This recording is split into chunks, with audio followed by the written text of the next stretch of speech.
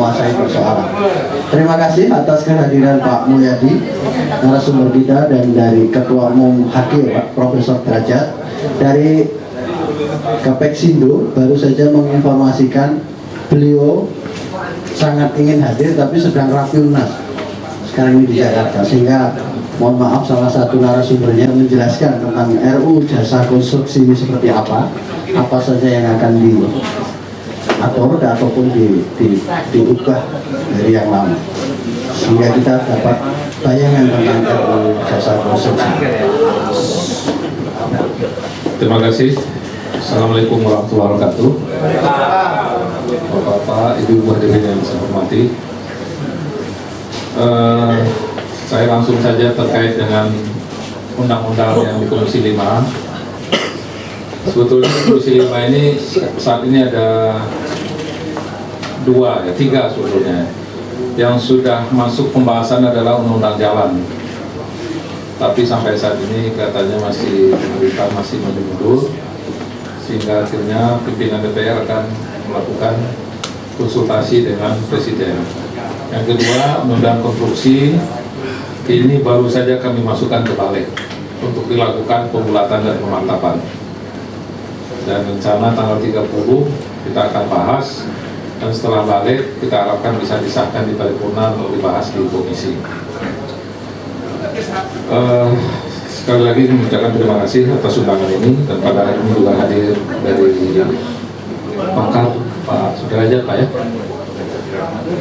Pak Derajat dari pakar konstruksi terkait dengan perubahan undang-undang jasa konstruksi. Ini ada beberapa hal yang menjadi sorotan kami adalah, yaitu pertama adalah dari sisi kelembagaan.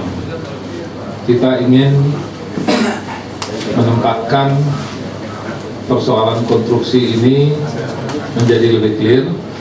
Mungkin Pak Derajat juga tahu persis Pak persoalan sertifikasi Pak ya. Salah satu yang menjadi sorotan kami, yang memang dalam prakteknya sehari-hari sertifikasi belum bisa sepenuhnya dijadikan acuan merupakan bukti kompetensi. Dari sisi kelembagaan kita menginginkan supaya aspek pembinaan itu betul-betul menjadi ranahnya pemerintah, sedang pengembangan itu menjadi ranahnya masyarakat jasa konstruksi. Sedangkan sertifikasi kita kembalikan kepada ranah yang betul-betul independen.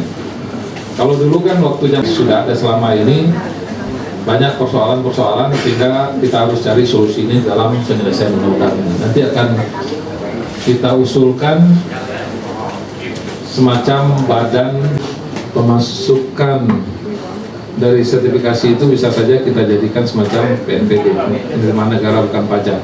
Sedangkan proses sertifikasi sepenuhnya dibiayai oleh APBN. Itu yang konsep yang ada di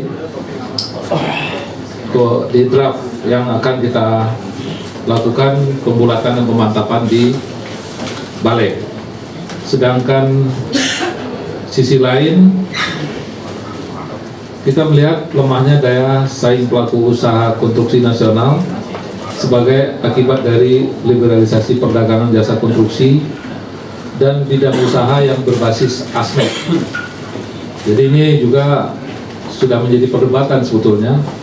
Basis ASMED-nya adalah arsitektur, sipil, mekanikal, elektrikal, dan tata lingkungan, yang dianggap tidak kompatibel dengan playing field dan standar internasional. Ini juga akan menjadi sebuah pembahasan dan perubahan. Kemudian keragaman jenis dan proses sertifikasi di lapangan, sehingga sertifikasi belum menjadikan quality assurance.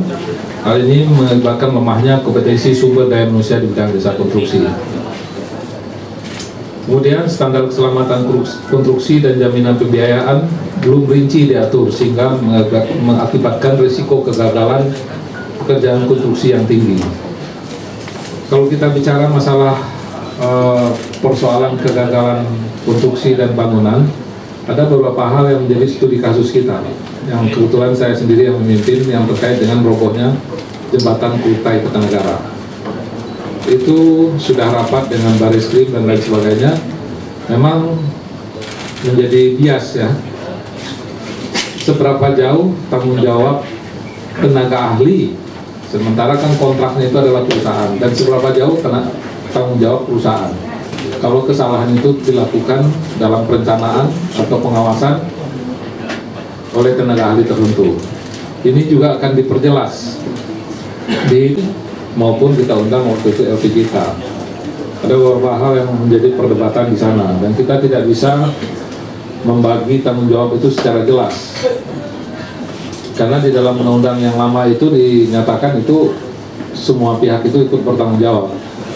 Jadi ini akan menjadi pembahasan tersendiri di dalam pembulatan dan pemantapan.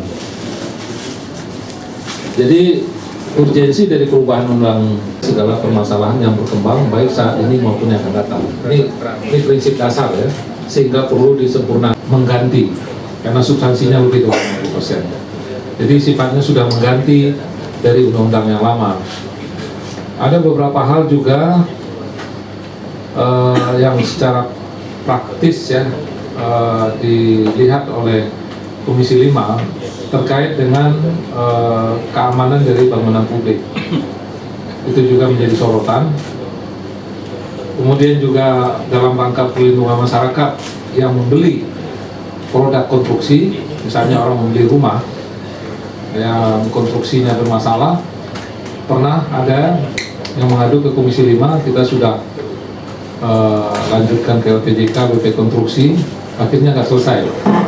Akhirnya masuk karena hukum ke seperti aspek pidana biasa. Nah, seharusnya ini juga harus diatur secara jelas terkait dengan perlindungan masyarakat yang membeli produk konstruksi, misalnya membeli rumah, bagaimana konstruksi bangunan dan lain sebagainya. Bagaimana? Nah, ini semua akan menjadi pembahasan kita. Tapi pada prinsipnya kehadiran saya di sini lebih kepada ingin mengetahui lebih jauh terkait dengan apa pendapat-pendapat dan masukan-masukan dari dunia wartawan dan masyarakat, juga kebetulan ada pakar, apa yang perlu garis bawahi, karena pembahasan ini masih sangat panjang.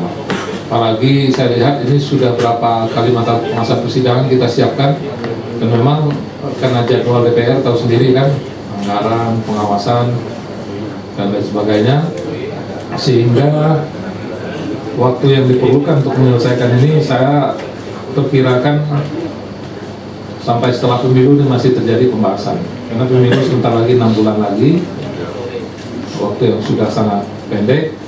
Dan setelah itu kita masih ada waktu dari bulan April sampai Oktober sampai selesainya pergantian DPR masa bakti yang berikutnya. Jadi kalau kita lihat dari sistematika yang ada, memang banyak sekali perubahan yang kita lakukan, yang tidak mungkin tentu saya terangkan satu persatu, ini sangat panjang. Termasuk juga sanksi pidana yang dulu kelihatannya tidak begitu jelas. Ini harus kita perjelas. Harus ada undang-undang, itu harus ada sanksi pidananya.